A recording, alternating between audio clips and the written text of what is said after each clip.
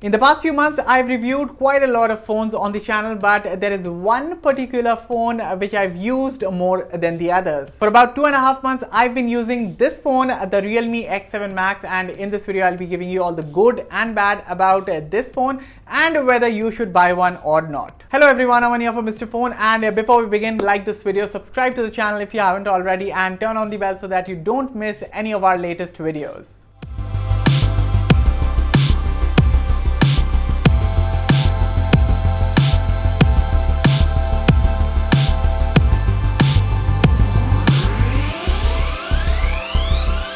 One of the prime reasons that I kept going back to the Realme X7 Max was how light and comfortable this phone is to operate.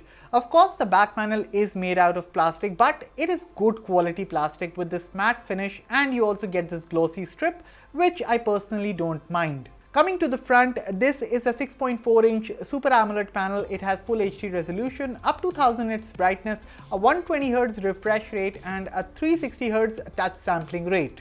And yeah, you're also getting HDR playback in YouTube on the X7 Max, but strangely not in Netflix. So looks like the hardware supports it, and now it is your turn, Netflix. Apart from this, you are getting AGC Dragon Trail glass protection up top, and I have to say over the course of time that I've used this phone, the screen has held up pretty well with barely any visible scratches. Okay, moving on, many would appreciate the fact that this phone retains the headphone jack while none of its prime competitors has it, and I'm talking about the Mi 11X, the Poco F3 GT, iQOO 7 and the Nord 2. Coming to the audio performance, these are one of the best sounding stereo speakers I have come across on a sub 30,000 rupees phone. The audio sounds loud, rich with no distortion whatsoever, and of course, you get a balanced output when it comes to the lows, mids and highs.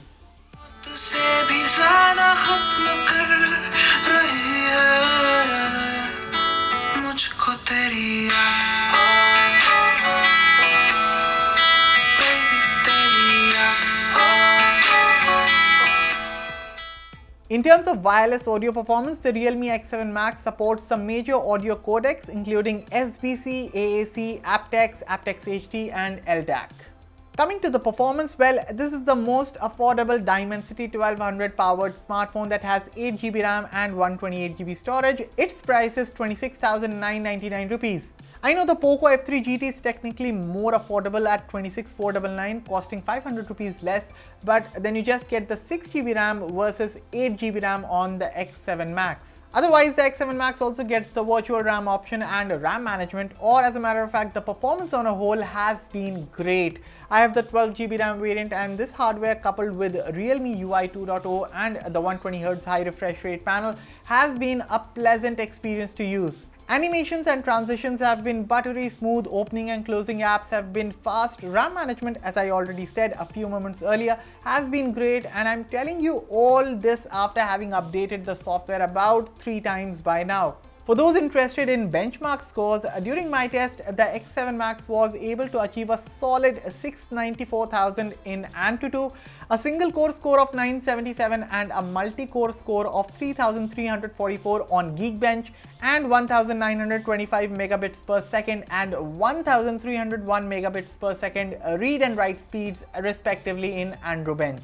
Of course, the numbers are backed in the real world as well. I was able to run BGMI in Ultra HD graphics and extreme frame rates, and the phone was very well able to handle the load with negligible frame drops. Although over longer sessions of gameplay, the phone does get slightly warm to the touch. Nothing uncomfortable about it, but if you look at the CPU temperatures at those times, it might look alarming since MediaTek chips are known to run hot. But the stainless steel vapor cooling system does a solid job of keeping the surface temperature of the phone under check, and I never felt that the phone was getting unbearable to hold even under heavy loads. So good work on the thermal management. Moving on, the phone has carrier aggregation support, and even if you're buying this phone keeping 5G in mind, don't worry because this phone supports 7 5G bands, so it is future proofed that way.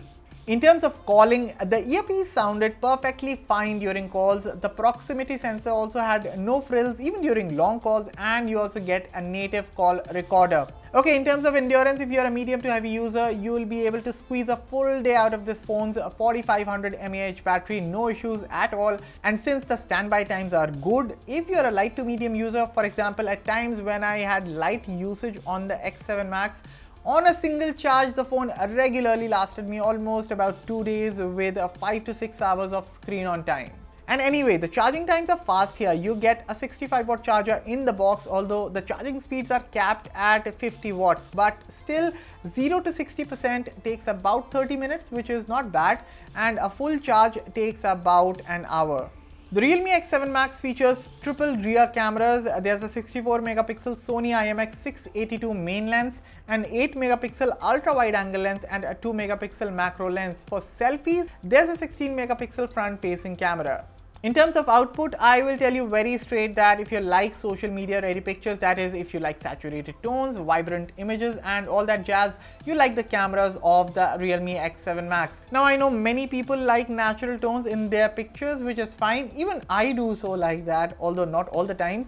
But as a whole, I think this camera system should appeal to most people out there because at the end of the day, colors look nice, details are sharp, highlights and shadows look well balanced, and the dynamic range in photos is good. Speaking of being good, I love the selfie camera on the Realme X7 Max. I think it takes some amazing photos and I kind of like how the camera dealt with my skin tone.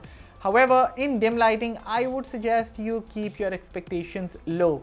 As for video recording, the rear camera can shoot up to 4K 60fps videos, and this is the 4K 60fps sample on your screens right now. Looks good, but no stabilization, which is a turn off. However, with 4K 30fps, EIS kicks in, so stabilization is sorted. Colors anyway looked good, and even the movements for that matter were jerk-free, and I did not come across any judders.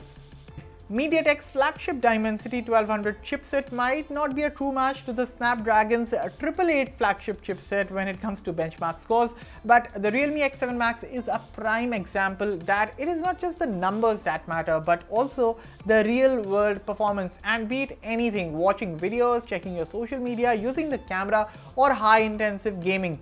At a starting price of about 27,000 rupees, the Realme X7 Max offers all the bells and whistles in a form factor that is easily manageable. Of course, good alternatives are definitely the Poco F3 GT if you're looking for a gaming-centric device. Speaking of which, the iQOO 7 is also a solid alternative which offers surprisingly good cameras. And that was my review of the Realme X7 Max. So what do you guys think about this smartphone? Share all your thoughts with me in the comments below. As always, for all the latest in tech, stay tuned to Mr. Phone. I'll catch you all in the next one. Thank you for watching.